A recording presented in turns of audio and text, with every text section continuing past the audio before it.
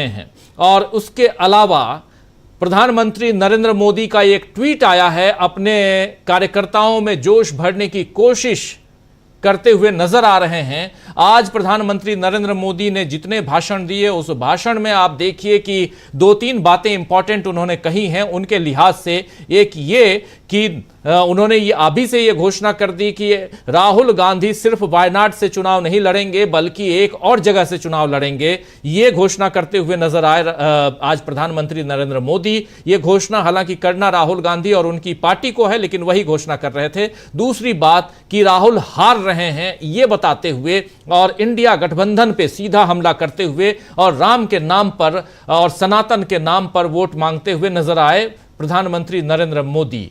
कल से लेकर आज तक क्या कुछ परिवर्तन हुआ है, जरा आपसे समझूं। और इस बीच हमारे साथ जुड़ गए हैं श्रवण गर्ग साहब, वरिष्ठ पत्रकार, हमारे साथ लगातार कई कार्यक्रमों में आप इनको सुने होंगे, देखे होंगे। गर्ग साहब, आपका स्वागत करता हूं इस कार्यक्रम में। और सीधा प्रोफेसर रविकांत जी आपके पास, क्या कुछ कल से आज तक? शुक्रिया राजीव जी। देखिए, कल जो वोटिंग हुई उसके बाद तमाम चैनल्स ने जो एनालिसिस किया, और मैं सोशल मीडिया की बात नहीं करूंगा, डिजिटल प्लेटफॉर्म की बात नहीं करूंगा जहां थोड़ी सच्चाई से चीजें आती हैं, मैं उन अखबारों और उन चैनल्स की बात करना चाहता हूं जो ये कहने के लिए मजबूर हुए हैं कि अब मोदी लहर नहीं है। इंडियन एक्सप्रेस ने लिखा और संभवतः सुधीर चौधरी ने भी इस बात को कहा। इसके पहले नवनीत राणा तो महाराष्ट्र में कह ही चुकी थी अपने वर्कर्स को कि मेहनत करनी है, कोई मोदी लहर नहीं। और मैं अगर ये ही मान लूं कि कोई मोदी लहर नहीं है तो फिर कितना परिवर्तन आ सकता है, जरा आंकड़ों के जरिए मैं अपने दर्शकों तक ये बात पहुंचाना चाहता हूं जी।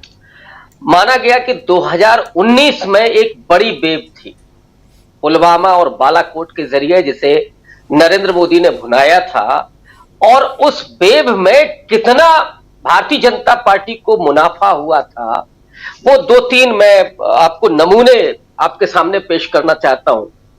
2018 में, माने कुछ महीनों पहले ही चुनाव हुए थे 3 राज्यों में, और उनकी जो वोटिंग परसेंटेज थी और लोकसभा चुनाव में भारतीय जनता पार्टी की जो वेव थी, जरा उसके जरिए थोड़ा समझने की कोशिश करेंगे। आप राजस्थान को देखेंगे, राजस्थान का जो विधानसभा का चुनाव था 2018 का जी, उसमें बीजेपी को 38% वोट मिला था, और कुछ महीने के बाद ही जब लोकसभा का चुनाव हुआ तो बीजेपी का वोट परसेंटेज 59 था। राजीव जी, 21% ज्यादा राजस्थान का। मध्य प्रदेश की तरफ आइए। मध्य प्रदेश के विधानसभा चुनाव 2018 में बीजेपी का वोट परसेंटेज था 41, जिसमें कमलनाथ सीएम बने थे, बीजेपी चुनाव हारी थी। लेकिन कुछ महीने के बाद ही जब लोकसभा का चुनाव होता है तो बीजेपी को जो वोट परसेंटेज मिलता है वो 58, 17% की छलांग। राजस्थान में तो क्लीन स्वीप किया था मोदी ने, 25 में से 25 सीटें। मध्य प्रदेश में 29 में से 28 सीटें।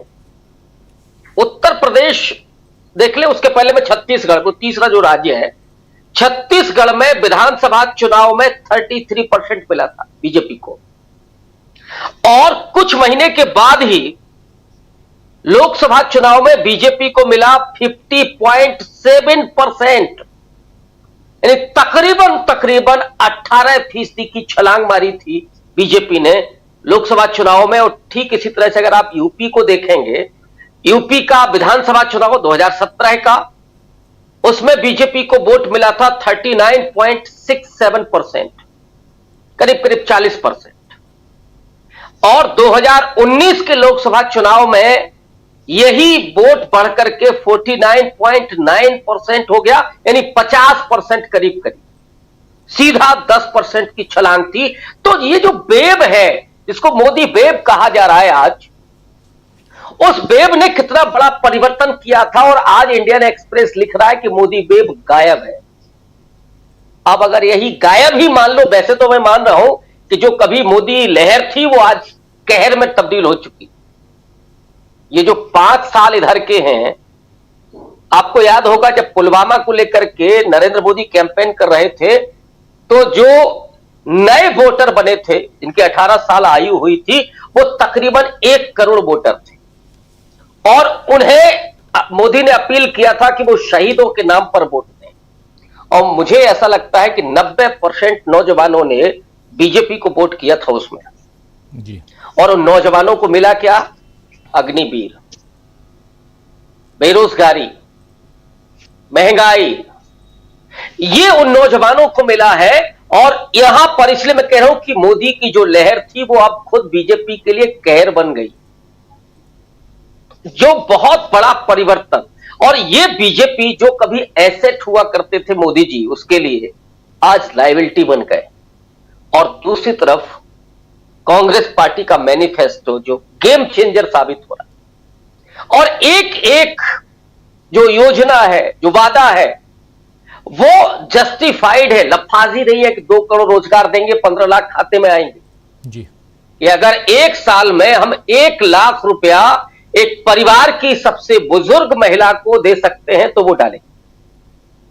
एक बेरोजगार पढ़े लिखे नौजवान को अप्रेंटिसशिप के लिए 1 लाख रुपए प्रतिवर्ष देंगे।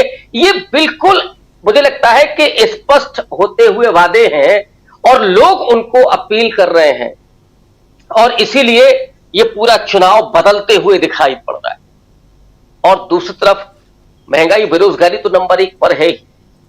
इसके अलावा जो ब्लेंडर हो गया है बीजेपी से, वो है संविधान बदलने की बात जी। और कोई ऐसा नहीं है कि झूठ बोल रहे हैं, उनका तो अपना मंसूबा आज का नहीं है। आरएसएस ने तो 1949 में लिख दिया था अपने मुखपत्र में कि हमें यह संविधान स्वीकार नहीं है क्योंकि इसमें मनु की संहिताएं नहीं है, तो उन्हें मनुस्मृति के आधार पर लिखा गया संविधान चाहिए। और जैसे ही इन्होंने बात की 1 बार, 2 बार, 3 बार, 4 बार, वैसे ही जो दलित है, आदिवासी है, वो आशंकित हो गया, भयभीत हो गया जी कि ये आएंगे तो हमको हमारा वो अधिकार जिसने हमें इंसान बनाया, जिसने हमें आरक्षण जैसा विशेष अधिकार दिया, जिसने गरिमापूर्ण जीवन दिया, वो सारा कुछ खत्म हो जाएगा। और यहीं से चुनाव पलट गया। ओबीसी, जाति जनगणना का सवाल, प्लस वो आरक्षण की सीमा को खत्म करने की राहुल गांधी की बात। तो आज भारतीय जनता पार्टी के हालात ये है कि वो अपने आप को संभाल नहीं पा रहे, और ये बात आपको मोदी जी के चेहरे पर दिखाई देगी। जबान लड़खड़ाने लगी है उनकी, हाथ कांप रहे हैं, और सीधे तौर पर वही कर्नाटक वाली स्थिति में कि वहां बजरंगबली पर चले गए थे, यहां राम मंदिर पर, लेकिन लोग उसमें फंस नहीं रहे हैं। तो जो मुश्किलें मोदी जी के सामने है इस समय, 10 साल की एंटी इनकम्बेंसी, उसका मुकाबला उनसे नहीं हो रहा है, और अब वो बीजेपी के लिए एसेट नहीं, लायबिलिटी बन चुके हैं जी।